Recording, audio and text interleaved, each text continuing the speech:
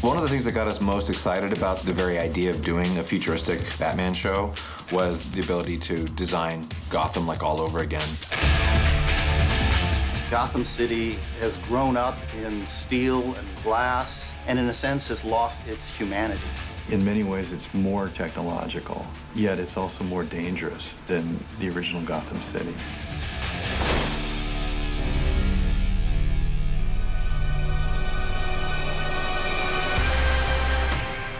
When trying to develop this Gotham City, we sort of looked at urban trends and what was going on, the fact that cultures were coming together and mashing up, capitalism was becoming international and sort of mega capitalism, and there's this sort of concentration of power among the few. I can't say that we looked at future shock books. It wasn't a big study, it was just our basic feelings. We're just kind of throwing around ideas about, well, what do we want it to look like? We don't want it to look like Flash Gordon. We don't want it to look retro. We don't want it to look like Blade Runner.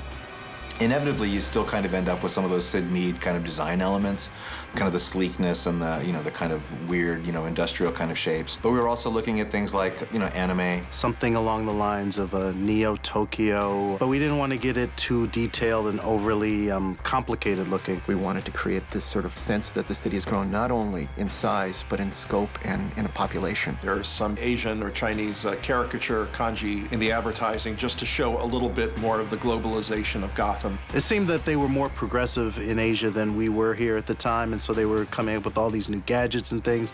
So we naturally kind of pulled that into the look of the show. To a great degree, things stayed the same because, as we get into the 21st century, we realize we don't have jetpacks, we don't have flying cars. So we figured, okay, very few people would actually have flying cars in the future. The technology exists, but it's very, very expensive. So probably only the very, very rich would have flying cars. Setting the show 50 years in the future, we knew that realistically the city would probably not change drastically that much. We tried to put the old against the new, and then the new rough it up a little bit because it's still Gotham. And even if you bring in terrific looking architectural structure, it's still gonna rot into, what Gotham is. We definitely wanted it to feel perpetually nighttime. We had done the red skies on the old Batman show. Metropolis had blue skies. So our definition for New Gotham is going to be purple skies. And then daytime had this burnt orange look. So it never was quite fully daytime. And I think it went a long way to help with that sense of helplessness and desolation. So you imagine the future realistically and then just make it dark and crime-ridden. And I think that was our vision for New Gotham.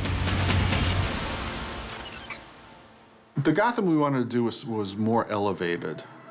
It was still dark. It still was dingy. It wasn't inviting. In the old Batman, it always seemed like Batman was in charge of the city, whereas this Batman was kind of overwhelmed by the city and its scale and how impossibly big everything was around it. In building the city up, and these buildings are like city blocks, huge, in order to get up, we need to get a lot of transportation. Lots of people have to be able to get up. The streets wouldn't necessarily just be horizontal, they would be vertical.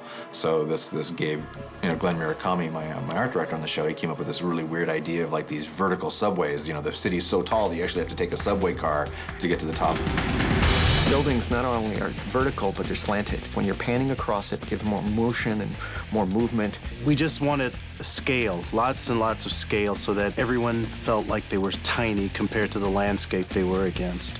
One of the things that I found very interesting about this new Gotham City was the fact that the society within it was so stratified. Gotham is more of a melting pot, except in that one area of the rich and poor, where there are a whole bunch of poor people and a lot of really, really wealthy people right at the top. We tried to create that dichotomy that the rich live kind of in the towers, that they've gone up toward the sky, and then on the street level is really kind of the lower depths. That's where everybody else kind of struggles and lives and works. We see that concentration of capitalism and the sort of destructive effects it has on society today, and we were sort of projecting into that. Criminals, migrate north as well, but you've got the tops, and you've got the bottom, and then you've got Batman who tries to keep peace everywhere. Overall, it's a futuristic environment with larger empty spaces and a multi-tiered city. That was fun to play in. This new Gotham gave us a sense of height and scale where Batman was never truly on the ground. He was always in the air. He was always hovering over things. This Batman got to go around in a city that was designed to fly through.